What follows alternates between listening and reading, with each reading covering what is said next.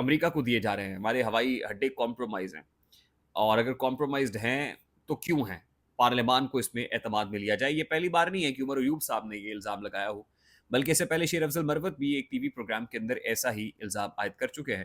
غالباً غریدہ فاروقی صاحبہ کا شو تھا جس میں انہوں نے یہ بات کی تھی, اور وہی شو تھا جس میں انہوں نے سعودی عربیہ کا حوالے سے تذکرہ کیا تھا. اور ضمن میں آپ کو بتا دوں کہ Sher Afzal Marwat is like fish out of water, بہت پریشان ہے, اور ان کی پریشانی کا سبب یہ جو سعودی عرب سے ریلیٹڈ سٹیٹمنٹ ہے وہ ہے. اور آج خود انہوں نے اس بات کی تصدیق کی کہ عمران خان صاحب نے خاصی کھچائی کی ہے, اور عمران خان جب کوئی لیڈر پی ٹی آئی کا ان کو ملنے کے لیے جاتا ہے تو آج کل وہ یہ کہہ رہے ہیں کہ شیر افضل مروت نے جو سٹیٹمنٹ دیا بالکل بھی جسٹیفائڈ نہیں تھا. شیر افضل مروت ایسے ہی ہے جیسے وہ مریم نواز کو کیونکہ 12واں کھلاڑی کہتے ہیں, تو وہ کہتے ہیں کہ شیر افضل مروت ہماری پارٹی کے اندر مریم نواز ہے, یعنی 12واں کھلاڑی ہے, اور یہ غلط سٹیٹمنٹ دے کے جو ہے پارٹی کا نقصان کرتا ہے. اب برملا خان صاحب نے یہ بات کرنا شروع کر دی ہے, اور یہی وجہ ہے کہ چیئرمین پبلک اکاؤنٹس کمیٹی سے متعلق جو شیر افضل مروت کے لیے فیصلہ کیا گیا تھا وہ فیصلہ واپس بھی لے لیا گیا ہے.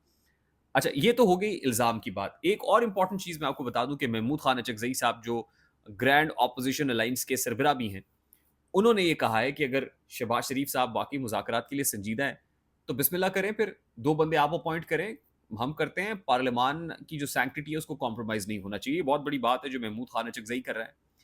اب محمود خان اچکزئی صاحب نے اس معاملے کے اوپر پاکستان تحریک انصاف یا سنی اتحاد کونسل کو یا عمران خان صاحب کو آن بورڈ لیا ہے, یعنی جن کی حمایت سے آپ اس گرینڈ اپوزیشن الائنس کے سربراہ ہیں, یا جن کی حمایت یافتہ آپ صدارتی امیدوار تھے, آصف علی زرداری کے اگینسٹ آپ کنٹیسٹ کرے تھے, تو کیا آپ نے ان کو اعتماد میں لیا ہے؟ یہ جاننا بہت ضروری ہے. اور اگر واقعی سینیٹی پریویل کرتی ہے اور ایک پولیٹیکل کنسنسس ڈیولپ ہوتا ہے یا لوگ بیٹھنے کے لیے تیار ہو جاتے ہیں, تو اس سے بڑی بات کیا ہو سکتی ہے؟ بسم اللہ پھر شروعات کریں. لیکن اس کے لیے عمران خان صاحب کی جو اصولی موقف ہے وہ اپنی جگہ پر قائم ہے, اور لگتا نہیں ہے کہ اس میں کوئی لچک آئے گی. اچھا, میں وہ تحریر بیان ہی آپ کے سامنے رکھتا ہوں کہ سہیل وڑائچ صاحب دراصل کیا کہنے کی کوشش کر رہے ہیں.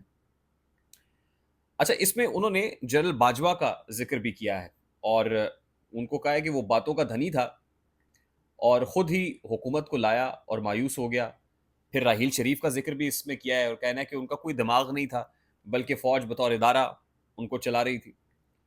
اور پھر وہ کہتے ہیں کہ آرمی چیف کی بات کر رہے ہیں کہ شیروں کا آج کل کا جو بادشاہ ہے وہ بالکل مختلف ہے, ان کو میڈیا میں آنے کا شوق نہیں ہے. جیسے جنرل باجوہ صحافیوں کو بلا کے انٹرویو دیتے ہیں اور بات کرتے ہیں, وہ کہتے ہیں جو اس وقت کا بادشاہ ہے اس کو میڈیا میں آنے کا کوئی شوق نہیں ہے.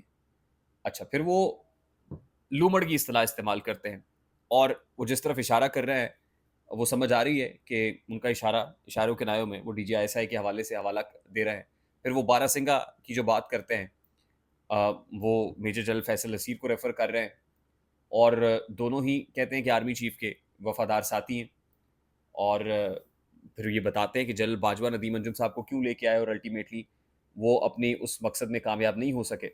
پھر اس کے بعد وہ کہتے ہیں کہ جو دونوں میں ڈی جی آئی ایس آئی اور ڈی جی سی کے اندر جو کانٹریری متضاد شخصیات کے مالک ہیں, لیکن دونوں ہی are on the same page as far as chief of the army staff is concerned, ان کے بڑے حامی اور وفادار ساتھی ہیں. اچھا, وہ کہتے ہیں آج کے خاکی بادشاہ کے دونوں مشیر بہت کام کے ہیں, دونوں ان کے وفادار ہیں اور اس کی ہر آرڈر پر عمل درآمد کرتے ہیں, مگر دونوں کے سٹائل مختلف ہیں. اسی وجہ سے ان دونوں میں شدید کشمکش جاری ہے. بادشاہ کو اس چپکلش کی وجہ سے شدید نقصان پہنچ رہا ہے. یہ بڑی امپورٹنٹ بات کر رہے ہیں آپ. یہ کیا چپکلش ہے جس کی وجہ سے بادشاہ کو نقصان پہنچ رہا ہے؟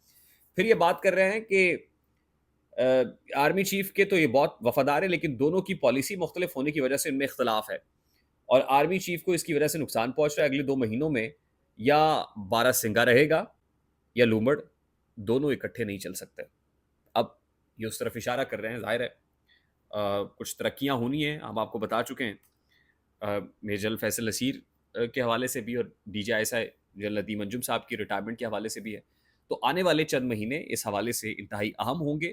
پھر نئی فیلڈ سیٹ کیا ہوتی ہے, معاملات کیسے بڑھتے ہیں آگے, اور کیا معاملات الٹیمیٹلی عمران خان صاحب کے ساتھ کوئی فلیکسیبلٹی کی طرف بڑھیں گے, کوئی لچک ہوگی. اور یقیناً عمران خان صاحب اس بات کو بخوبی جانتے ہیں کہ آنے والے دنوں میں کچھ تبدیلیاں رونما ہونے جا رہی ہیں. اور پھر دیکھنا تو یہ بھی ہے کہ کیا ایسے موقع پر ہی وہ دباؤ بڑھا رہے ہیں, اور کیا یہ دباؤ بڑھانے سے کوئی کام پروڈکٹیو ہوگا ان کے لیے یا کاؤنٹر پروڈکٹیو ہوگا. آئی ہوپ میری بات آپ تک پہنچی ہوگی. اگر پہنچ جائے تو ویڈیو کو لائک اور شیئر کرنا مت بھولیے گا. چینل پہ نئے تو چینل کو سبسکرائب کر دیجیے گا, بیل آئیکن ضرور دبائیے گا. مجھے ریحان طارق کو اجازت دیجیے, اپنا بہت سارا خیال رکھیے گا. السلام علیکم.